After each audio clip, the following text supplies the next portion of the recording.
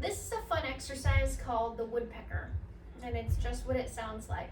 I'll show you from the front first, but you would be doing this facing the wall. So you'd stand with your feet hip width apart, just getting awareness of what's underneath the feet. You pull belly button to backbone, pull the ribs together and towards the hips, and then the rest of the spine is just nice and long. You lift up one foot, you can have your hands on your hips.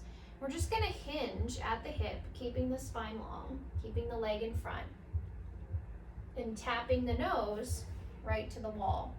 So what that would look like from the side is leg lifted, spine stays long, bringing the nose, just like a woodpecker, right to the wall. And we want to do that without allowing the head to crane up or the chin to reach forward. We want to keep that nice long spine. So we do that from 3 different views. So one, facing the wall.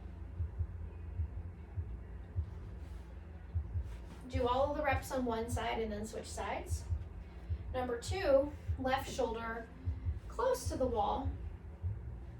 And you got it. We're gonna rotate upper body and back. Outside leg lifts up, same thing.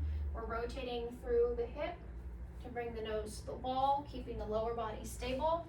Then you take right shoulder to the wall, lift the inside leg for woodpeckers, lift the outside leg for woodpeckers.